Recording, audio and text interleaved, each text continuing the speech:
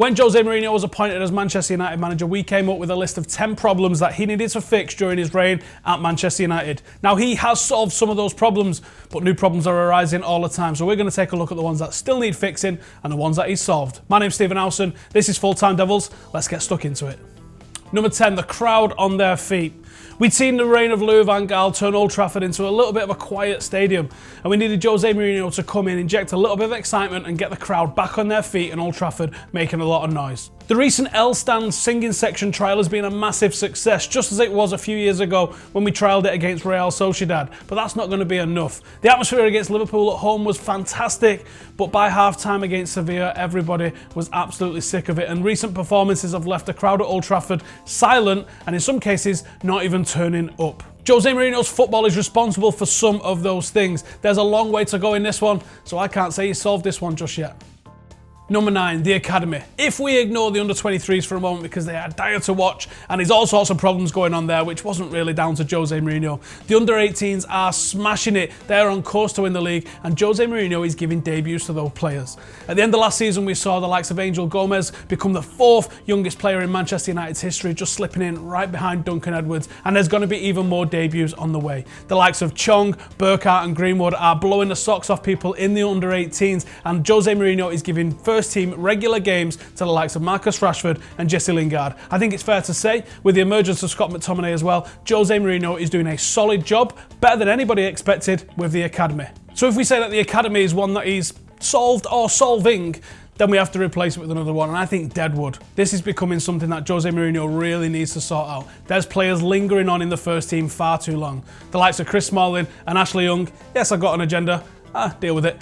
Ashley Young is lingering around in the first team far too long. These are not the sort of players that should be starting 11 for Manchester United on a regular basis. No issues if they're in the squad, but these are players that are playing first team football week in, week out for United, and there's academy players that, given game time, could be world class. I'm talking the likes of Fosu Mensah, I'm talking the likes of Axel Tuanzebe.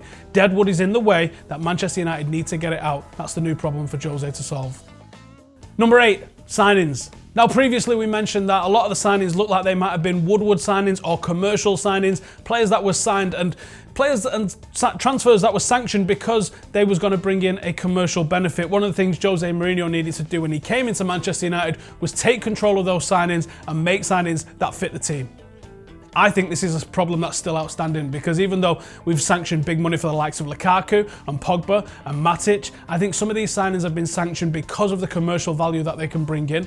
And I think if you look across at what Manchester City are doing, they're signing a lot of players for a lot less money, but players that fit their system. United are crying out for more help in defence. We are crying out for more depth in midfield. I think if Jose Mourinho could have got these players in the summer or even in January, then we might be in a different place. I think the lack of us signing Perisic in the summer highlights the fact that even though, yes, we are spending a lot of money, we're not being smart with it, and that makes me think that Woodward is probably still in charge of the transfers. Number 7 on our original list was Wayne Rooney. Now, Jose Mourinho has solved this problem, and he's done it in a way that actually lent a lot of dignity towards Wayne Rooney. He didn't drop him out of the team completely, he phased him out of the team gradually, and it's allowed Wayne Rooney to move on and continue his career at Everton. That problem is solved as far as I'm concerned. The problem now we have at number 7, it's our number 7. Now, when a world-class player is available, like Alexis Sanchez, you sign them. It's as simple as that. You sign them and you integrate them into the team the best way you can. But the signing of Alexis Sanchez has meant that Paul Pogba, one of our most creative and influential players, has been moved back.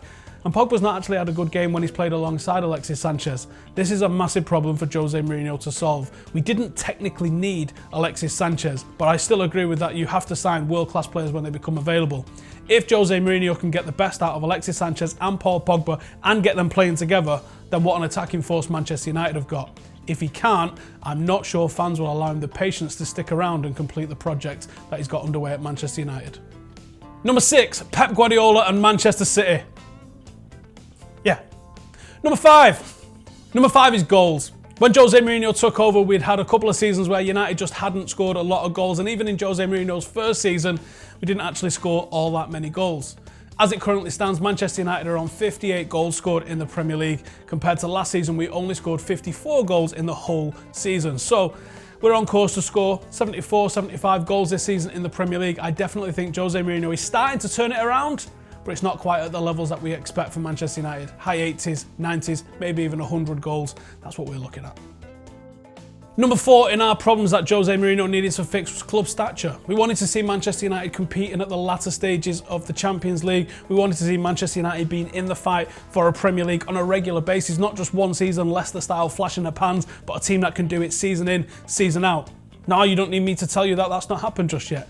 Crashing out of the Champions League before the quarter-final stage does not improve the club stature of Manchester United. Being 16 points or maybe even more behind Manchester City and essentially losing the league in December is not going to improve the club stature of Manchester United. So while we are 100% the most talked about club, our stature as a successful, conquering, dominating football team is not yet there. Jose's got a lot of work to do on this front. Number 3 on our list was David De Gea. Now, that looks like it might have been solved at the moment. It seems like Real Madrid have switched their focus to another goalkeeper, which means that for the moment, David De Gea seems to be happy in Manchester, and it seems like he's not got that constant threat of going back to Madrid or Madrid coming in for him every single window. It seems like we might have escaped that one for just now. Jose seems to have him playing very well. He seems to be settled in Manchester perfectly, and he's proving to everybody just how important he is to this Manchester United side. And I also think that with his consistent performances, he's proving to everybody that he is the #1 goalkeeper in the world. Jose has kind of solved this one, but he needs to keep hold of David De Gea for as long as possible, because without him, Manchester United would look a very, very ordinary side. And that result against Sevilla, it might not have been as close as it ended up being. If we say that Jose Mourinho has solved the David De Gea situation, if we say that he has fixed that problem for us, then another one is on the horizon, and that one is Luke Shaw. Now, when Luke Shaw arrived, he was one of the most exciting prospects in world football, potentially one of the best left-backs in the Premier League. His first season under Louis van Gaal, prior to his leg break, he looked phenomenal. He looked like he was doing everything for him, in a blistering partnership with Memphis on that left-hand side.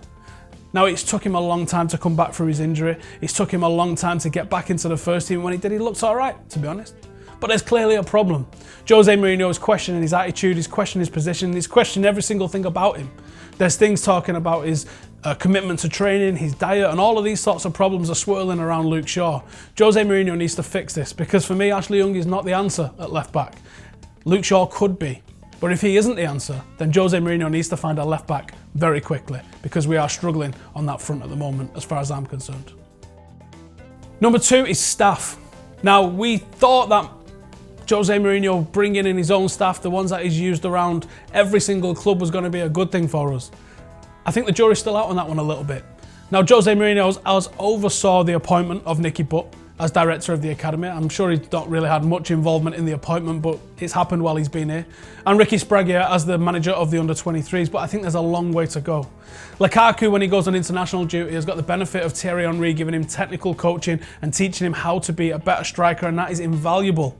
We know that some of the players have to go and seek their own technical training outside of what they do with Manchester United.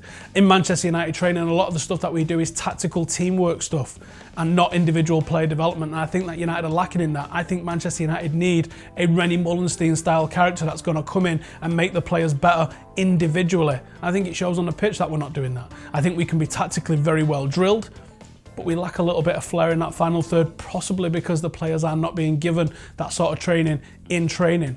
I also think there's a desperate need for a director of football, someone that can sit between Ed Woodward and Jose Mourinho, who can probably be two pretty abrasive characters and make sure that Jose is getting the signings that he wants, signings that are going to make the team better, someone with an actual football brain rather than a commercial brain dictating what goes on in the transfers. I think that appointment would be absolutely fantastic for United, alongside a technical first team coach, somebody that can drill into the players some real footballing ability and develop them as individuals rather than what they can do as a team. So I'm saying this one is yet to be solved.